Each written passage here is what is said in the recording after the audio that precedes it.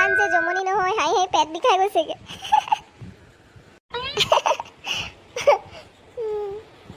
কি হ'ল পূজা, তুমি মোবাইলটোত যে ইমান বিজি থাকা, মই আহিছোঁ বুলিও গম নোপোৱা নে? এবাৰ মূৰটো তুলি চাবও পাৰা ন? তুমি আহিলা নেকি? মই গমেই পোৱা নাছিলোঁ পাই। তুমি অলপ ৰখা, মই এই ভিডিঅ' এটা চাই আছোঁ। এইটো চোৱাৰ পিছতে মই কথা পাতিম দেই। তোমাক অকল মোবাইলটো বাহিৰে বেলেগ একোৱেই নালাগে ন? মই এনেই আহিলোঁ অফিচৰ পৰা, তাতে থাকিব লাগিছিলে। হ'ব দিয়াচোন, এতিয়া ডিষ্টাৰ্ব নকৰিবা। পাপা কওকচোন। এই তহঁতৰ খবৰ এটা ল'বলৈ বুলিয়ে ফোনটো কৰিলোঁ পাই। কি কৰি আছ তহঁতি, ভালনে? আছোঁ পাপা, যেনে তেনে আছোঁ আৰু। তোমাৰ কোৱাচোন, দৰৱ চব খাই আছানে? মই খাই আছোঁ বাৰু। আচলতে কি হ'ল, মই মানে তোক নকওঁকৈ কথা এটা কওঁ বুলি ভাবিছোঁ দেই। মানে লক্ষী পূজাতে আহি যাবিচোন, বোৱাৰীয়ে ইয়াত পূজা ভাগো পাতিব পাৰিব। তোৰ মা নোহোৱাৰ পৰা বৰ কষ্ট হৈছে অ'। ঘৰখনো এৰিব নোৱাৰা হ'লোঁ আৰু তহঁতৰ তাতো যাব নোৱাৰা হ'লোঁ। পাৰিলে এপাক মাৰিবিচোন পূজা বুলিয়ে দেই। ঠিক আছে পাপা, মই এবাৰ পূজাক কৈ চাম বাৰু, তাইনো কি কয়। পূজা, পূজা, কথা এটা শুনাচোন। কি হ'লনো? তুমি যে দেখা নাই নেকি মই ইয়াত কিবা এটা চাই আছোঁ? কি হ'ল কোৱা? পূজা শুনাচোন, এই দেউতাই মানে মোক এতিয়া ফোন কৰিছিলে। এতিয়া আৰু দেউতা বৰ বয়স হৈ আহিছে নহয়, একো এটা কৰিব নোৱাৰা হৈছে। দুৰ্গা পূজাতো মই তোমাৰ জিলতে নগ'লোঁ নহয় গাঁৱৰ ঘৰলৈ। এতিয়া বৰ হেঁপাহেৰে তেওঁ একদম মোক এই লক্ষী পূজাত আৰু দুদিনমান থকাকৈ মাতিছে।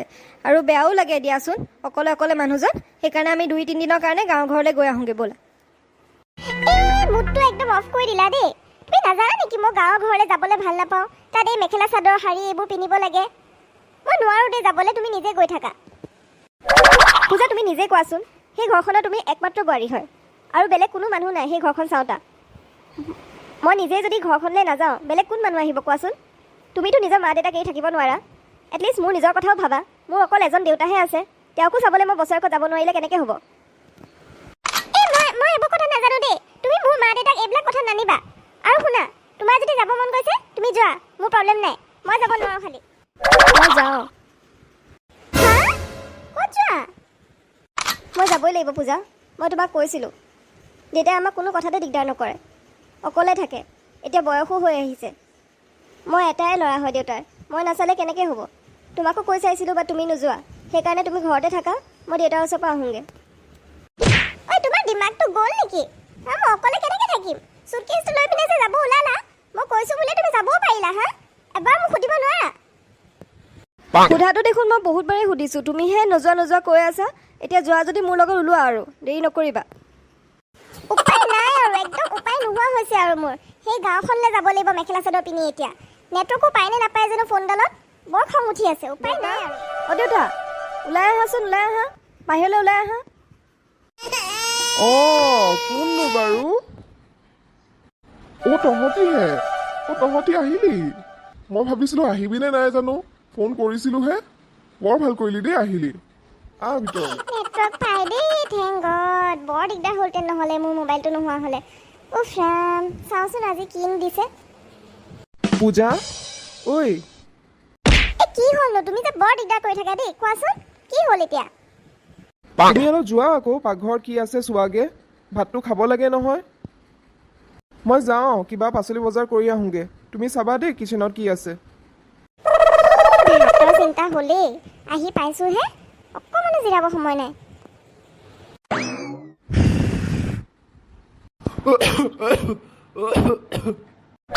কোননো বাৰু? হয় দেউতা, আপুনি কিচেনত কিবা ৰান্ধিব লৈছে নেকি? ভালেই হ'ল দিয়ক। আজি যে মই আপোনাৰ হাতৰ একদম ভালকৈ তৰকাৰী এখন খাব মন গৈছে। আপুনি আজি বনাব নহয় ন? বোৱাৰীয়েককতো খুৱাবই লাগিব, হয় নাই? বনাব দেই, মই আৰু আপোনাৰ হাতৰ নাখালে ভালেই নালাগে নহয়। তুমি মোৰ হাতেৰে খোৱা ভাল পাবা জানো? শুনিছা, আজি বোলে দেউতাই আমাৰ চবৰ কাৰণে ৰান্ধিব। ইমান যে মৰম কৰে ন দেউতাই আমাক। দেউতা, আজিনো তুমি কিয় ভাত বনাব লাগে? আজি দিনটো তুমি ৰেষ্ট লোৱা। দেউতাই মোক নিজে ৰান্ধি খুৱাম বুলি কৈছে। তোমাৰনো কি প্ৰব্লেম হৈছে তাত? চুপচাপ থাকিব নোৱাৰা নেকি? মই যাওঁ।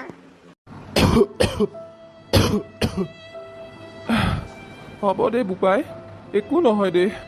আজি মই তহঁতৰ দুইটাৰ কাৰণে ৰান্ধিম আজি বহু দিনৰ পিছত আহিছ দেউতাৰ হাতেৰে খাবি আৰু দে মই থাকোঁতে তুমি সেইবোৰ চিন্তা কৰিব নালাগে নহয় যোৱা তুমি এতিয়া ৰেষ্ট লোৱা ইমান ধোৱাখনত থাকিব নালাগে মই ৰান্ধিম অ হেৰি নহয় তুমি কথাটো শুনিছানে নাই এই বুঢ়াটো ঘৰৰ সেই চহৰীয়া বোৱাৰীজনী আহিলে নহয় একো এডাল নকৰে বোলে তাকেইতো আগতে বৰমাজনী থাকোঁতে যে ইমান আদৰ সাদৰ কৰিছিলে ঘৰটো ইমান ধুনীয়াকৈ ৰাখিছিলে এতিয়াতো দেখিছোঁ ঘৰটো ঝাৰু দিবলৈ কোনো এটা ওলাই নাহে তাকেই পাই ইমান যে বেয়া লাগে অকলশৰীয়া বুঢ়াজনলৈ ভাবিছিলোঁ বোৱাৰী আৰু ল'ৰাটো আহিছে অলপ সকাহ পাব কিন্তু নাই বোৱাৰীজনী মোবাইলৰ বাহিৰে বেলেগ চিনি পালেহে অকল দিনৰ দিনটো মোবাইল টিপি থকাই দেখোঁ হয় পাই লক্ষী পূজা দিনাখনো চাগে এনেকেই থাকিব একো এডাল নকৰিব কি যে দিন বেয়া হয় দেই মানুহৰ এসময়ত ইমান ধুনীয়াকৈ ৰাখিছিলে ঘৰখন আৰু এতিয়া চা কেনেকুৱা এজনী লৈ আহিলে ল'ৰাটোৱে তাকে ময়ো সেই দিনটোৰ কাৰণে ৰৈ আছোঁ চাওঁচোন কিনো কৰে সেই বোৱাৰীজনী আমাৰ গাঁৱৰে ছোৱালী এজনী বিয়া পতা হ'লে ইমান ভালকৈ ৰাখিলেহেঁতেন মোৰ কথা তেতিয়া নুশুনিছিলে এতিয়া বোৱাৰীজনী আনিছে নহয় চহৰৰ পৰা পাব মছলা এতিয়া যাওঁ ব'লক বাইদেউ সন্ধিয়া লাগিবৰে হ'ল গোসাঁই চাকিও দিব আছে ইমান সাহস তাহাঁতৰ ইমান মোক কথা শুনাই গৈছে ময়ো দেখাই আছোঁ মই কোন হয় চহৰৰ হ'লো বুলি ইমান কথা শুনাব লাগেনে নাই নহ'ব এইবাৰ মই কৰিবই লাগিব এইবাৰ মই কিবা এটা ধামাকা কৰিব লাগিব লক্ষী পূজাত এনেকুৱা কিবা এটা কৰিম যে চবৰে চকু ডাঙৰ হৈ যাব কিন্তু কি কৰিম বাৰু অঁ এটা আইডিয়া আছে মইতো সদায় মোবাইল চাই থাকোঁ মোবাইলত ইউটিউব খুলিলেই দেখোন মই সকলোখিনি পাই যাম Google how to do Lakshmi পূজা ইমান ধুনীয়াকৈ কোনে সজাইছে বাৰু আৰু প্ৰাৰ্থনা কৰি থকা শুনিছোঁ অঁ ময়ো শুনিছোঁ পাই কোন হয় বাৰু আৰে বৰুৱানী আপুনি তাকে আপোনালোকৰ ঘৰত কোনোবা আলহী আহিছে নেকি ইমান ধুনীয়াকৈ সজাইছে আৰু প্ৰাৰ্থনা কৰি থকা শুনিছোঁ নাই আমাৰ ঘৰতো অকল এতিয়া পাপা মই আৰু পূজাহে থাকোঁ অঁ তাৰমানে এই প্ৰাৰ্থনা পূজা কৰিছে পূজা তুমি কৰিছা এইবোৰ অঁ দেউতা এইবাৰ প্ৰথমবাৰৰ বাবে মই পূজা কৰিছোঁ পাৰিছোনে কৰিব বহুত ধুনীয়া হৈছে মাজনী ইমান ভালকে তুমি পূজা কৰিব পাৰা বুলি মই জনাই নাছিলোঁ বাবাটো অলপ সোনকালে আছোন চাহি বোৱাৰী ইমান ধুনীয়াকৈ পূজা ভাগ পাতিছে ৱাও পূজা তুমি কৰিছা এইখিনি মোৰ বিশ্বাস হোৱা নাই আচলতে পাৰিছোগে নে নাই নাজানো কিন্তু মা যোৱাৰ পৰা আপোনালোকে পূজা পতা নাই বুলি শুনি মোৰ বৰ দুখ লাগিলে আৰু বোৱাৰীজনী হৈ পিনে যদি মই অকণমান পূজা ভাগে পাতিব নোৱাৰোঁ কেনেকৈনো হ'ব এইবাৰ আৰম্ভণি কৰিছোঁ আৰু আশা কৰিছোঁ যে আগলৈও ভালকৈ পাতি যাব পাৰোঁ আপোনালোকৰ ভাল লাগিছেনে অঁ বোৱাৰী তুমি যে ইমানখিনি কৰিব পৰা আমি যে সঁচাকৈ ভবাই নাছিলোঁ আমি ভাবিছিলোঁ চহৰীয়া ছোৱালী ক'তনো আৰু পূজা পাতল কৰিব পাৰিব দুএষাৰ বেয়াকৈ কৈছিলোঁ চাগে তোমাৰ যদি কাণত পৰিছে আমাক আৰু মাফ কৰি দিবা আমি বৰ ভুল বুজি আছিলোঁ অ' তোমাক বেয়া পাই একেবাৰে নাথাকিবা দেই মাজনী সঁচাকৈ তুমি যে ইমানখিনি কৰিব পাৰা আমি একেবাৰে ভবা নাছিলোঁ বৰ গুণী ছোৱালী তুমি নাই বৰমা আপুনি মোক একেবাৰে মাফ নুখুজিব আপোনাৰ কথা কাণত পৰোঁতে হয় মোৰ অলপ খং উঠিছিল